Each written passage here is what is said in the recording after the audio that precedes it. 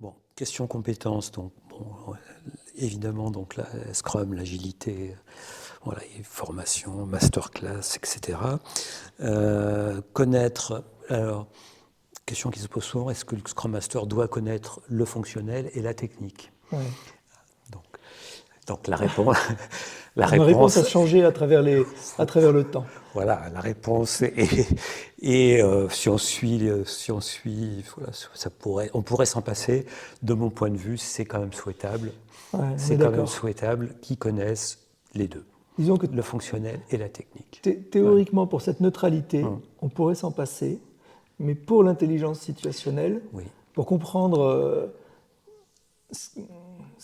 pour Oui. quand même comprendre Voilà, et puis pour le qu'ils discutent découpage bien proposé, ouais, voilà, avec les membres de l'équipe, il faut qu'ils il connaissent un faut qu'ils peu et tout. connaissent. Donc, voilà, donc là, on peut voir d'où il vient. Donc, voilà. Bon, il arrive qu'ils viennent de la technique, effectivement. Ouais, il n'y a aucun problème. Hein, Pourquoi il y a pas, aucun problème. effectivement. Pourquoi pas. Donc, il a un rôle spécial dans l'animation, hein, donc ce qu'on appelle la facilitation, donc l'animation de groupe. Voilà, c'est le côté capitaine Oui, d'équipe et tout. bon, Voilà. oui, non, oui, Voilà. d'accord. Enfin, l'animation de groupe, ça me paraît trop élargi. L'animation, garantir que les rythmes, dont on parlera dans la partie suivante, se déroulent comme ils doivent se dérouler. Après, c'est pas forcément lui qui les anime, etc., etc. Pas forcément lui, non, mais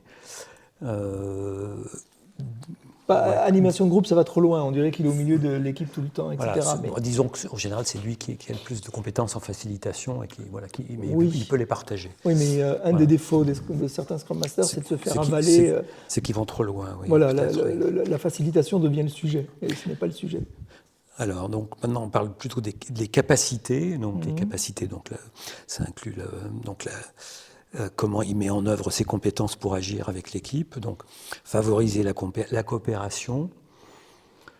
Ou pas, débrouillez-vous. Voilà, ou débrouillez-vous, qui est une Parce façon de que, la favoriser. Hein, donc, voilà, oui, parce qu'on si on sait qu'à veut. la fin, c'est ce qui va fonctionner Ouais. le mieux malgré tout. Donc, le débrouillez-vous, c'est pas une ouverture.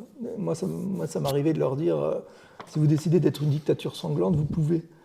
Mais les gens comprenaient vite qu'il n'y avait aucun intérêt à ça. Mais oui. Alors, un point qui est lié à ce qu'on va appeler les obstacles, c'est protéger l'équipe. Voilà, la protection de l'équipe, là, qui est une protection vis-à-vis de l'extérieur, Voilà, effectivement. cette fameuse Ouais. sécurité psychologique Voilà. dont on parle. Donc, voilà, il y a toujours des demandes qui peuvent être faites. Donc, il a un rôle pour ça, faire tampon pour ces demandes-là. Voilà. Et le signal le plus fort là-dessus, à mon avis, c'est là où on peut très vite savoir s'il y a cette sécurité-là au niveau d'une organisation ou pas. C'est est-ce qu'on parle de l'équipe ou est-ce qu'on parle de Eric ou Laetitia? Donc on parle systématiquement de l'équipe. De l'équipe, oui. Et ça enlève énormément de problématiques de recherche de coupables, de qui a fait quoi. Non, est-ce que tout d'un coup on comprend est-ce qu'on avance sur le plan de l'objectif de l'équipe ou pas, parce qu'on ne fait que parler de l'équipe. Et tout à l'heure tu parlais des outils, des problèmes des outils. Un des problèmes les plus forts et constants de l'outillage, c'est que ça fait apparaître les individus plutôt que l'équipe. Parce que souvent on ne cherche pas à configurer l'outil pour qu'on dise telle équipe travaille là-dessus et telle équipe avance. Voilà, on veut savoir qui. Ça fait des mesures Et ça, il faut pas. individuelles. La critique, critiquer de manière constructive. Donc développer l'esprit critique et que les autres le développent. Quoi. Enfin, ça peut être difficile, ça, parce que comme il est neutre et... je dirais que dans des positions de... Donc on dit Scrum Master et rapidement il y a eu les coachs agiles aussi autour des Scrum Masters, une sorte de Scrum Master senior, enfin je ne sais pas comment, ou qui prend la perspective, qui va encadrer les Scrum Masters qui eux-mêmes sont dans les équipes, enfin peu importe, mais je pense que oui, c'est très utile que tout ce qu'on explique dans la masterclass, il soit capable de l'expliquer pour faire comprendre les tenants et les aboutissants. Après, ça peut être un rôle difficile pour lui parce que c'est pas forcément le plus expert ni dans le produit, ni dans le métier, ni dans le code. Et il ne faut surtout pas qu'il devienne donneur de leçons de quoi que ce soit. C'est d'abord la neutralité. Donc ça peut être dangereux, ça. Mais exprimer effectivement sur les principes, sur l'organisation, sur pourquoi on cherche à faire ça. Donc il faudrait qu'il ait les idées très claires. Voilà. voilà, poser des questions qui peuvent rester neutres Ouais. dans les réponses, ce qui est Ouais, ouais. peut-être pas Mais ça lui facile. demande quand même. Ce qui est peut-être pas facile, qui peut se voir Ouais. principalement dans les mêlées quotidiennes ou dans les rétrospectives, des moments voilà, où il y a l'équipe Mais pourquoi ensemble. est-ce qu'on fait une itération? Pourquoi est-ce qu'on n'estime pas? Pourquoi est-ce que... Et donc ça, il faut être costaud quand même pour... faut avoir une vision assez holistique, comme on dit, hein, je parle de système, une vision assez globale de la cohérence derrière tout ça pour pouvoir répondre à ces choses-là. Et guider vers l'objectif. Voilà, guider vers l'objectif, si l'équipe se définit un objectif de sprint ou à plus long terme. Donc voilà, guider, quand je dis guider, c'est rappeler, enfin, voilà, rappeler qu'il y a un objectif collectif en fait. Voilà.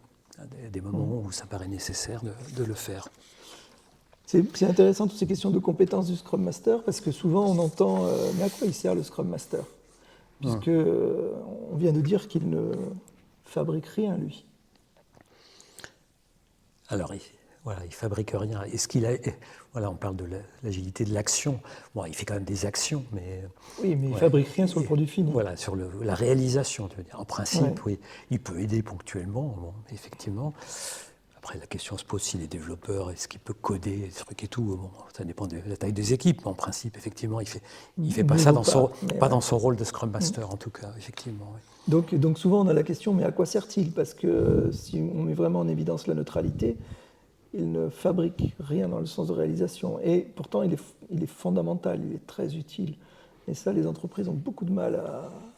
Soit elles le transforment en chef de projet, ce qu'il n'est absolument pas, malgré le master. C'est-à-dire donner des ordres, découper, donner du boulot, c'est pas du tout son job. Et elles ont du mal à avoir quelqu'un qui ne produit dans le sens Oui, oui, bah oui. rien. Ça, j'ai ça comme Ouais. souci, souvent. Est-ce qu'il peut travailler sur plusieurs équipes à la fois? Même réponse que l'on a donnée précédemment, il me semble, c'est-à-dire il pourrait faire 2 équipes à la fois, mais grand max. Le mieux, c'est qu'il soit quand même sur une équipe, et puis voilà. Voilà, la réponse peut évoluer dans le temps, effectivement. C'est des équipes débutantes, il vaut mieux qu'ils soient à plein temps, et après, il peut éventuellement en faire plusieurs. Oui. On voit pas mal Ouais. de gens aussi qui se disent oh, ça a l'air cool, relax, c'est juste de la facilitation, des petits ateliers. Et puis voilà, donc j'ai des développeurs qui disent moi j'en ai marre de coder, d'être coincé dans des bugs au fin fond de la mine. Je veux faire Scrum Master tranquille. Puis finalement, il y a un facteur humain, en tout cas il y a un facteur de facilitation, d'intelligence situationnelle, qui n'ont pas forcément, et ça se révèle une catastrophe.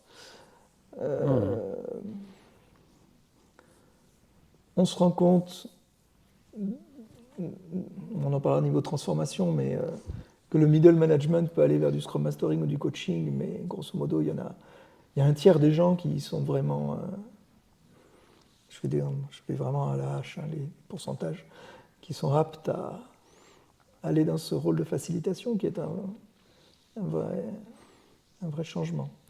Voilà, et bon, c'est un rôle qui est vraiment au contact de l'équipe. Ouais, on n'est pas du tout dans quelqu'un qui va faire des mesures et qui reste dans son bureau à Ah oui, à non, non. utiliser un tableur. Voilà, c'est un état d'esprit totalement différent.